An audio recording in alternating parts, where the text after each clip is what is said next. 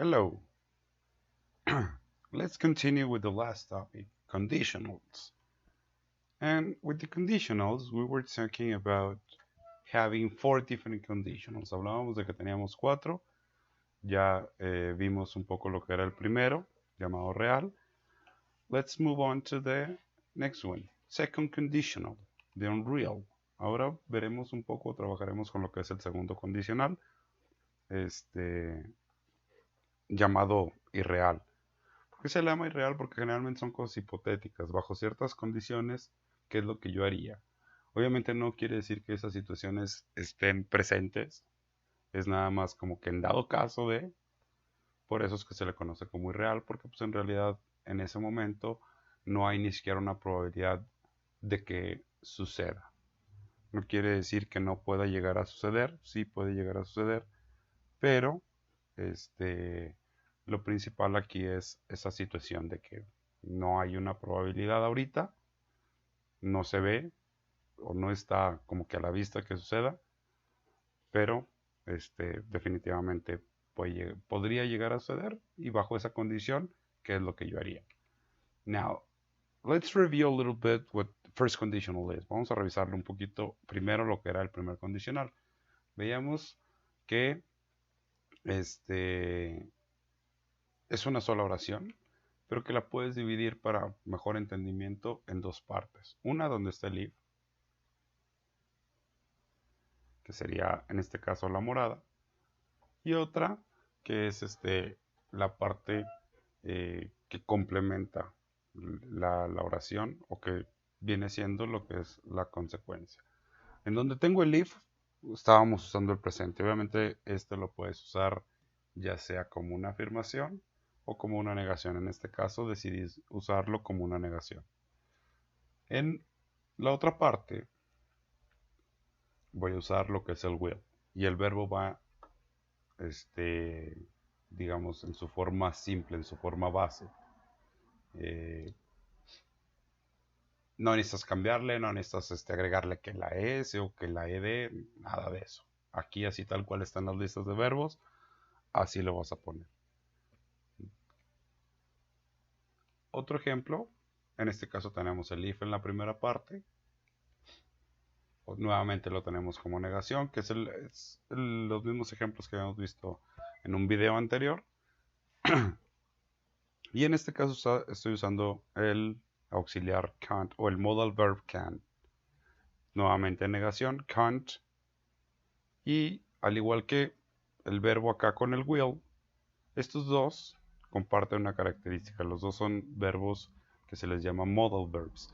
Y estos de alguna forma provocan que el verbo no tenga que tomar ningún tipo de conjugación. Simple y sencillamente pones cualquiera de estos dos y le agregas el verbo que quieras usar. En este caso take, en este caso go. Y así quedan tal cual, sin ningún tipo de conjugación ni nada más. Ahora, en esta parte vamos a pasar con lo que es el segundo condicional. En el segundo condicional, ¿por qué hicimos este pequeño repaso del primer condicional? Porque la estructura es básicamente la misma. Solamente van a cambiar algunos detalles, obviamente importantes, pero estructuralmente son muy, muy similares. Para empezar, nuevamente necesitas el if. Y esto es porque todas las oraciones de condicional, sea de el primero, el segundo, el tercero, el cero, todas van a usar el if. Ahora, en donde está el if, aquí un pequeño errorcito, no alargué mucho esto. El verbo, que es nada más, one, si tú lo buscas en una lista de verbos, está en pasado. Entonces, ya cambió. En el primer condicional veíamos que se usa el presente. Acá vas a usar el pasado en el segundo condicional. ¿Sí? Ya que lo tengas aquí en pasado, tendremos que analizar lo que es la segunda parte, que acuérdate que cuando está el if al principio, los divide una pequeña coma. Y aquí vamos a usar el could. Podríamos decir que es el pasado de can. ¿Sí? A veces puede traducir como pasado, a veces puede traducir nada más como una posibilidad, que es el uso que se le está dando en este tipo de oraciones. I could go. Y el verbo, este también es un modal verb y se respeta la misma regla del will o del can, que es el verbo va en su forma base. I could go to Europe. ¿Sí? Nuevamente, las dos partes. La primera, donde está, bueno, donde sea que esté el if, es nuestra condición. Y la otra sería nuestra consecuencia. If I won the lottery, si yo ganara la lotería, ¿sí? Entonces yo podría ir a Europa. Estamos hablando aquí, por ejemplo, uno de los... hablábamos al principio de las probabilidades. O de que no fuera algo que estuviese como que que fuese muy posible o que no se viera en un futuro próximo a realizarse. En este caso pusimos a lo mejor uno de los ejemplos más extremos, porque ganar la lotería pues es complejo. Es muchísimas probabilidades de no ganarlo, que para eso está hecho, ¿no? Entonces, en este caso, obviamente las probabilidades son muy bajas, por eso es que se pone en el segundo condicional. Si yo ganara la lotería y si esa situación se diera, entonces yo podría ir a Europa. Veamos otro ejemplo.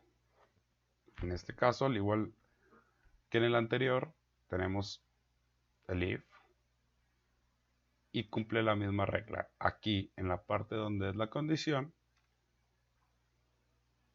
y la parte donde es la consecuencia van a tener el mismo tipo de estructuras. Acá lo tengo el verbo en pasado, acá también lo tengo en pasado.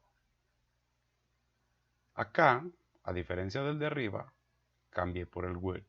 Si tú recuerdas, en el primer condicional podíamos usar o podemos usar dos modal verbs, que es el will y el can. En el segundo condicional vamos a usar el would. Yes, you have this, would, or could, and it is also a modal verb. So the rule is the same. Visit in the simple form, in the base form. She would visit him if she were you. Ahora, aquí una pequeña nota. La regla, cuando tú trabajas con el verbo to be en pasado, es que debe de ser con el she, tendrías que usar el was. Pero acá estoy usando el were. ¿Por qué? Porque en el segundo condicional se usa una forma llamada, un modo llamado subjuntivo. Y ese modo hace que todos los verbos cambien a pasado. Si te fijas incluso en la traducción, won no se traduce en pasado. Cuando yo te dije la oración es si yo ganara, no es si yo gané o si yo ganaba, es si yo ganara, que es una forma diferente en español.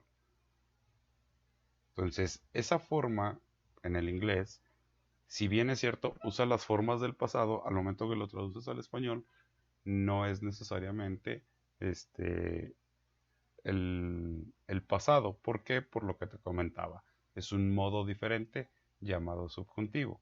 Por lo tanto, acá todos van a usar el pasado y en particular, lo que es el verbo to be, se elimina el was.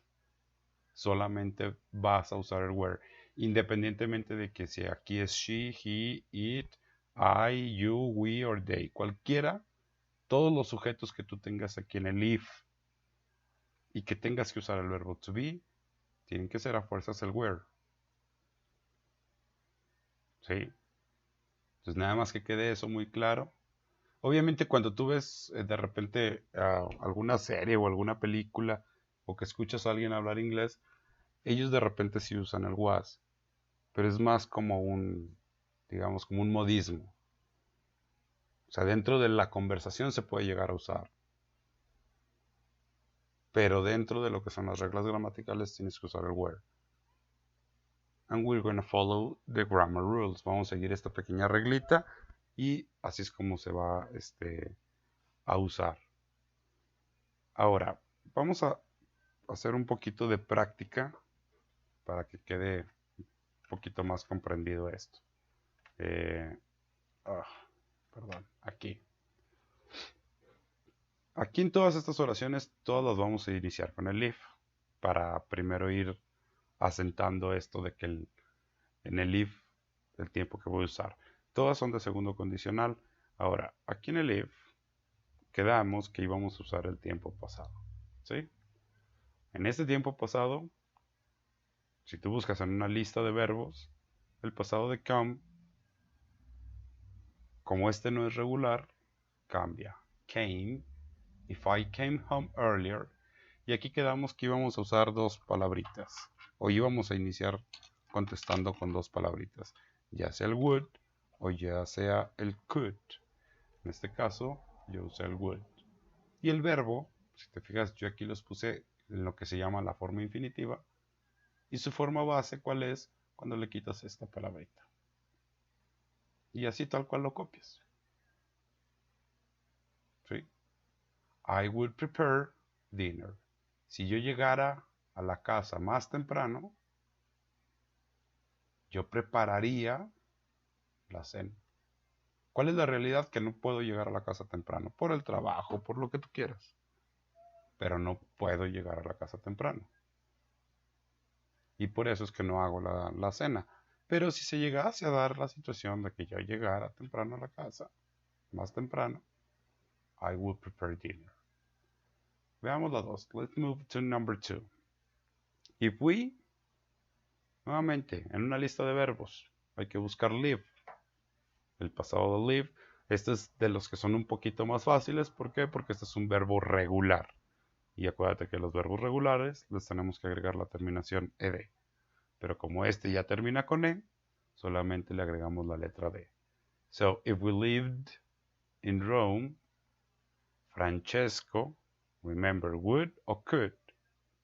This time I used could. If we lived in Rome, Francesco could visit us. Si nosotros viviéramos en Roma, Francesco podría visitarnos. Now, let's check number 3. If Tim and Tom, y aquí si te fijas, estamos en la parte donde está el if y tengo que usar el verbo to be. Fue el último ejemplo que vimos cuando estaba explicándolo. Entonces, el verbo to be, cuando lo vas a usar donde está el if, hay que usar siempre were. If Tim and Tom were older, they, en este caso usé would play in our hockey team. Si Tim y Tom fueran más grandes de edad o fueran más viejos, ellos jugarían en nuestro equipo de hockey. Un pequeño detalle con el would. Would no tiene una traducción al español. Would lo que hace es modificar al verbo. Este tú lo conoces y sabes que significa jugar. Sin embargo, cuando tú le antepones la palabra would, es jugaría. ¿Sí? In our hockey team. Now, number 4. If he, and the verb is to be. In if, I have to use were for all the subjects. Acuérdate que vamos a usar were para todos, no importa si es he, she, or it. If he were my friend, I would invite him to my birthday party.